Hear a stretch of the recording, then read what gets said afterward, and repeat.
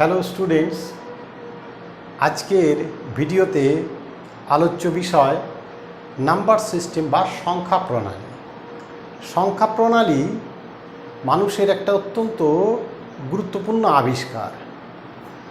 সংখ্যা আবিষ্কার ঠিক কবে হয়েছিল সেটা কেউ ঠিকভাবে বলতে পারবে না, তবে মোটামুটি ঐতিহাসিকদের অনুমান যে যবে থেকে মানুষ ব্যক্তিগত সম্পদের অধিকারী হলো তবে থেকেই সংখ্যার উদ্ভব। এখন এই যে সংখ্যা প্রণালী, সমস্ত সংখ্যার উদ্ভব যে একই সঙ্গে ঘটেছে এ কথা বলা যাবে না। সংখ্যা প্রণালী আস্তে আস্তে বিস্তার লাভ করেছে। কীরকম? প্রথমে যদি আমরা দেখো আমি এখানে কিছু জিনিস লিখে রেখেছি এবং একটা সেটের ছবি আমি এখানে দিয়েছি তোমাদের বোঝানোর সুবিধার জন্য। মানুষের গণনার প্রয়োজনে সংখ্যা আবিষ্কার করেছে, আগেই বললাম। তো যেমন আমার সম্পদের পরিমাণ কত সেটা তারা সংখ্যা দিয়ে হিসেব করেছে।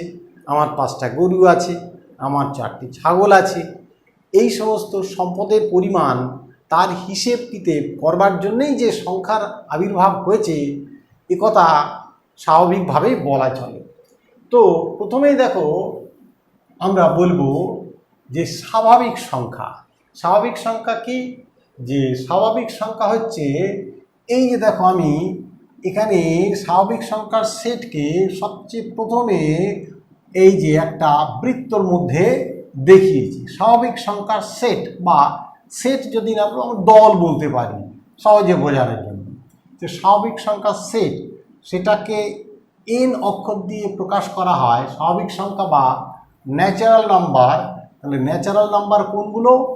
1 2 1 2 3 4 এগুলো হচ্ছে স্বাভাবিক সংখ্যা বা ন্যাচারাল নাম্বার।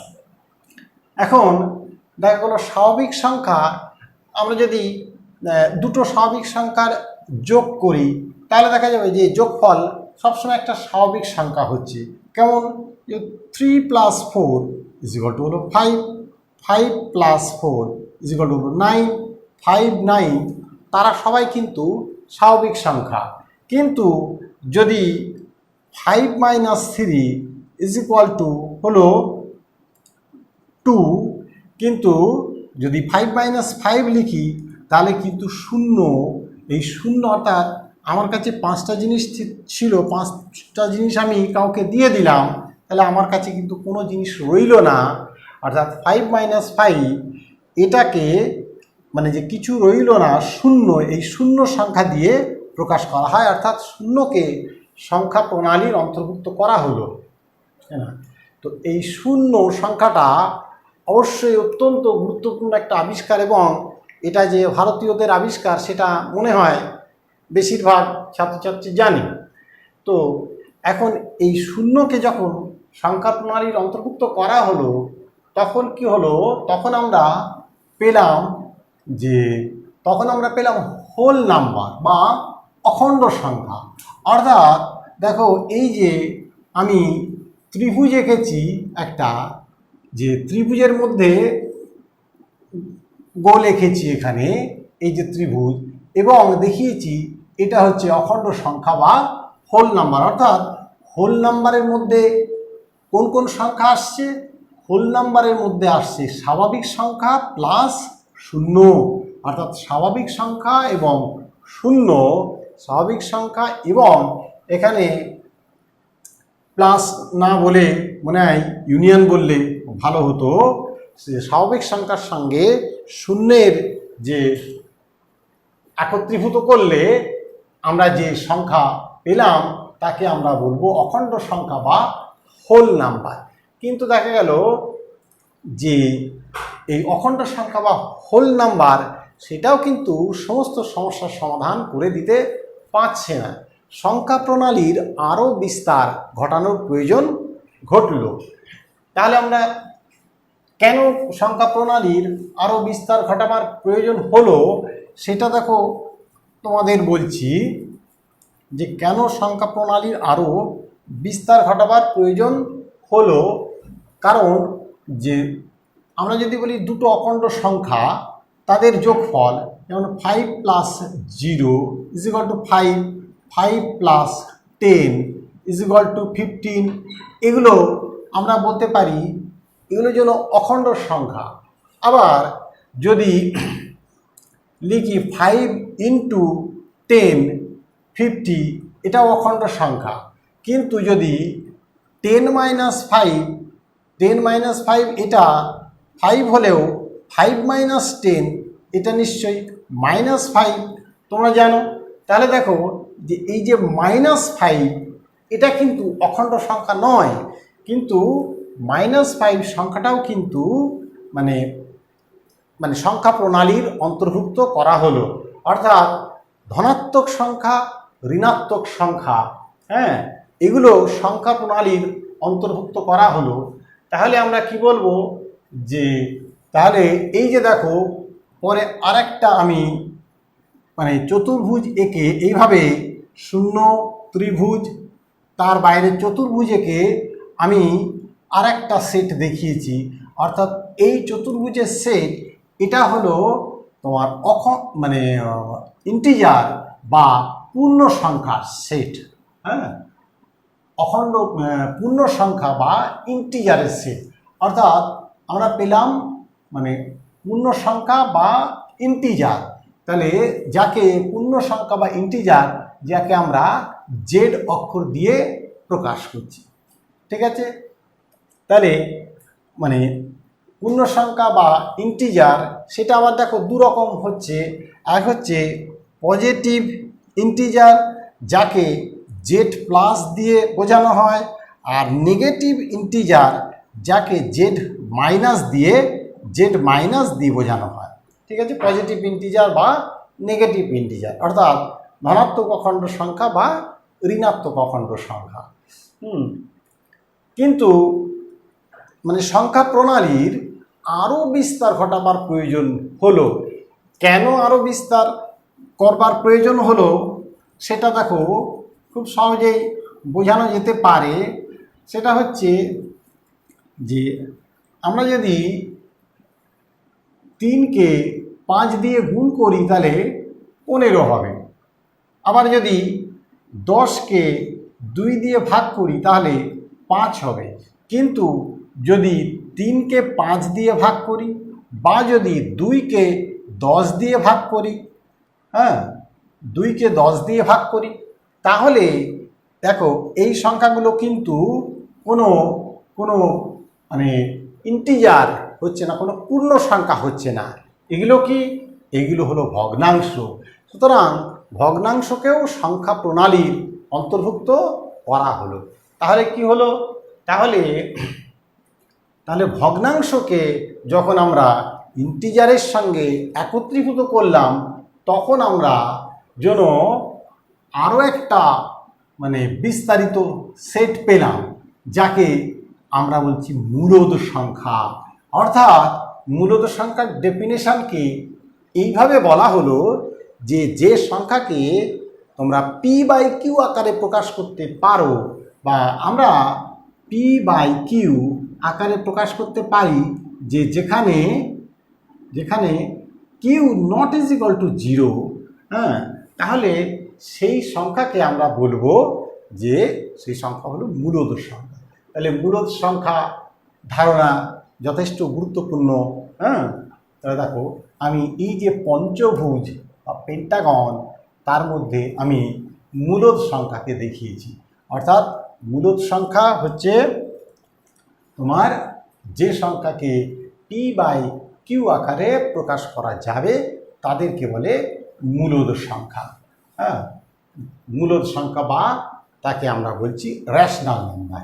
রেশনাল নাম্বারের সেটকে কিউ দিয়েও প্রকাশ করা হয়। তাহলে দেখো এটা বললাম মূলদ সংখ্যা। এখন মূলদ সংখ্যা বা পূর্ণ সংখ্যা তাদেরকে সংখ্যা রেখার উপরে, হ্যাঁ, বিন্দু দিয়ে আর কি নির্দেশ করা যায়। অর্থাৎ যদি ধরো এক্স ও এক্স ড্যাশ এটা একটা সরলরেখা, যার মাঝখানে আমি শূন্য নির্দেশ করেছি, এদিক যদি প্লাস এদিক যদি মাইনাস নির্দেশিত হয়, তাহলে তুমি এটাকে 1, এটাকে 2, এটাকে 3, এটাকে -1, -2, -3 এটা তুমি এইভাবে নির্দেশ করতে পারো, -3 নির্দেশ করতে পারো, 1, 2, 3, ঠিক আছে, +1 +3। তাহলে সংখ্যা আমরা মানে মূলদ সংখ্যাকে, যে কোনো মূলদ সংখ্যাকে সংখ্যারেখার উপরে কিন্তু স্থাপন করা যায়। যে কোনো মূলদ সংখ্যাকে সংখ্যারেখার উপর অবস্থিত কোনো একটা বিন্দু দ্বারা মানে নির্দেশিত করা যায়, ঠিক আছে। কিন্তু এবার আমরা এর সঙ্গে সঙ্গে আবার এটাও বলতে পারি যে যে কোনো দুটো মূলদ সংখ্যার মধ্যে কিন্তু অসীম সংখ্যক মূলদ সংখ্যা রয়েছে। অর্থাৎ 1 এবং 2 তুমি যদি এভাবে ভাবো, 1 এবং 2 এর মধ্যে কত সংখ্যক মূলদ সংখ্যা আছে সেটা কিন্তু কখনোই গুণে শেষ করা যাবে না। কারণ 1.1 সেটাও মূলদ সংখ্যা, 1.2 হলেও মূলদ সংখ্যা, 1.3 হলেও মূলদ সংখ্যা, 1.4 হলেও মূলদ সংখ্যা। অর্থাৎ যে কোনো দুটো মূলদ সংখ্যার মধ্যে অসীম সংখ্যক মূলদ সংখ্যা আছে, তাই না? জিনিসটা যেন মজার ব্যাপার যে যে কোনো দুটো মূলদ সংখ্যার মধ্যে অসীম সংখ্যক মূলদ সংখ্যা রয়েছে। হ্যাঁ, তো সংখ্যার এই যে মানে নিরবিচ্ছিন্নতা এটা ভারী সুন্দর। কিন্তু এর সঙ্গে সঙ্গে দেখো আবার দেখা গেল যে যে মূলদ সংখ্যা দ্বারাই আবার সংখ্যা সমস্ত সমস্যার সমাধান কিন্তু আমরা পেলাম না। কারণ কি, যে মূলদ সংখ্যার সঙ্গে সঙ্গে আমাদের আরও একরকম সংখ্যা আমাদের মানে তত্ত্বগতভাবে বা বাস্তব প্রয়োজনে আমাদের আরও এক প্রকার সংখ্যার কথা ভাবতে হলো। সেটা কি? সেটাকে বলছি অমূলদ সংখ্যা। অর্থাৎ যে সংখ্যাকে p/q আকারে প্রকাশ করা যাবে না সেটা হলো অমূলদ সংখ্যা। তাহলে p/q আকারে প্রকাশ করা যাবে না এমন সংখ্যা কী রকম? যেমন ধরো √2, √3, √5 এই ধরনের যে সংখ্যা, এগুলো কিন্তু মূলদ সংখ্যা নয়। অর্থাৎ √2 এই সংখ্যাকে তুমি আর কি p/q আকারে প্রকাশ করতে পারবে না। হ্যাঁ, তো এটা প্রমাণ করাও যায়, সেটা অন্য কোনো সময় দেখানো যাবে। এখন শুধু আমরা এই সংখ্যা প্রণালী নিয়েই আলোচনা করছি।